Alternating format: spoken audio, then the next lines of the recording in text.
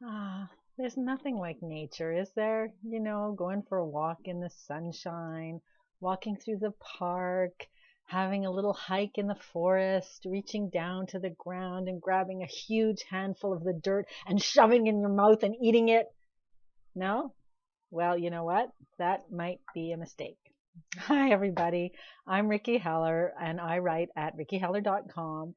And I help people who are on restricted diets learn how easy it can be to cook and eat delicious foods, even within their dietary restrictions, so they don't feel deprived and so that eating food is fun again and they can go on to live their best lives. So today I want to talk to you about something that's almost a buzzword. We're hearing it so much these days, and that's probiotics. So I'm going to do a little series of 3 videos about probiotics. And today I just want to talk about the different kinds of probiotics, like what's out there. So the first kind I think most people are familiar with are the supplements. You can get capsules, you can get tablets, you can get powders, and these are probiotic supplements. And the way these are made are in a laboratory, and they are generally because probiotics are actually living bacteria and they're pro-life probiotic bacteria, which means they're really good for us. And in fact, we all have probiotics in our guts, but nowadays, many of us have had too much of the probiotics wiped out, and that's why we're seeing them everywhere. So what happens when you create supplements is these are fermented in a laboratory, and they allow the probiotic strains to grow and reproduce, and then we swallow them with our food or without our food, depending on what we're using them for, and we hope that they will begin to colonize in our gut again.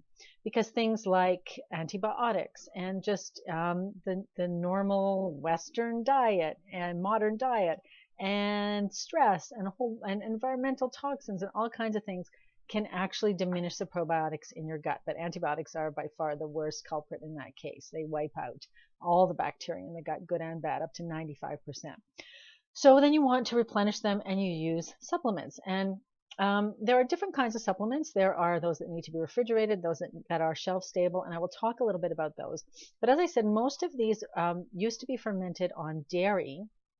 Nowadays you can get, so if you're plant-based, you can get probiotic supplements that are fermented from plant sources and no dairy. And so one brand that is vegan is Genestra. They have a probiotic. There's another one that's Garden of Life that has a probiotic. And then I recently discovered this one from Genuine Health. I was sent this box and I'm working my way through it now, so I'll let you know. So far, so good. And this is shelf stable, and it's also a vegan brand of probiotics. So, and 50 billion CFU, which means colony forming units. In other words, those are the units that are going to reproduce and grow. So that's one way to get your probiotics. A second way that's more traditional and has been used for thousands of years in different countries is through lacto-fermented foods. And it's called lacto-fermented because this is the bacteria lactobacillus that is on all the foods in varying degrees and begins to ferment the food by creating lactic acid. And then what happens is you get this lovely tangy flavor in most cases, and that means it's got live probiotic cultures in it. What I found fascinating about lacto-fermented foods is, there are things like lacto-fermented sauerkraut, and kimchi is another one. Beet kvass is another one. Kombucha or kefir, for those of you who drink those are all fermented foods, and they're called wild ferments because in general they're made from the bacteria that are clinging to the food to begin with. And what this means is, depending where you get your food and the environment in which it's being fermented, you will have a different amount and collection of different strains of bacteria on the food. So if I make homemade sauerkraut here in my kitchen just north of Toronto, Ontario, Canada, and somebody in New York City is creating sauerkraut in their teeny tiny apartment kitchen in New York City, they could have different varieties of bacterial cultures and different amounts, even if we both started with a cabbage. So that's fascinating to me. But so that's environmentally specific.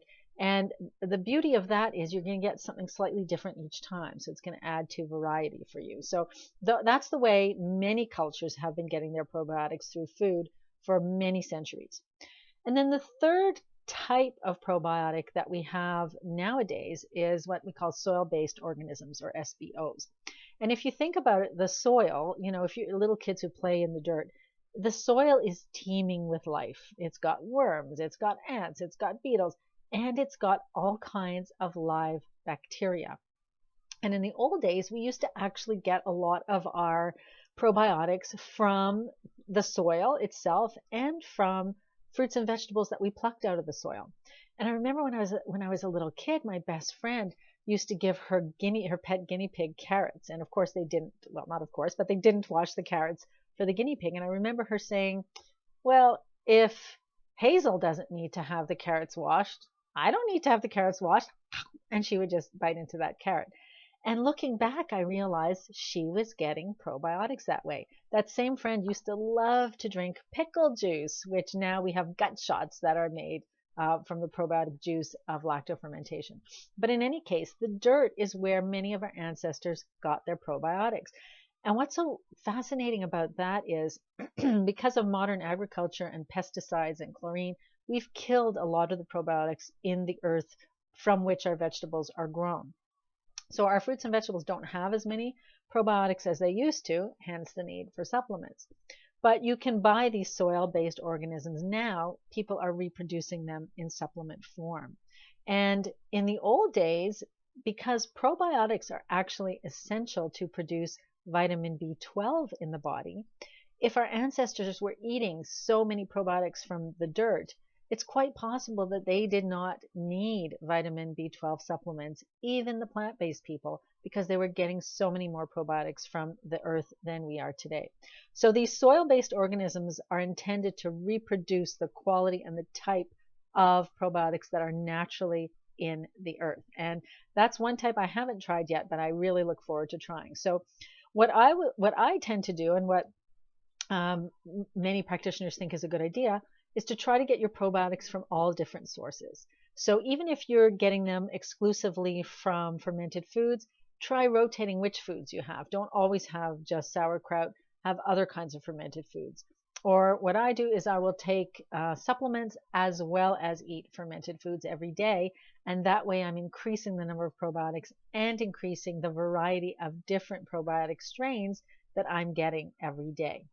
So I hope that was useful. That's what you can look for. Next time I'm going to talk about what to look for in a probiotic supplement and how best to use it. And I hope that that will help.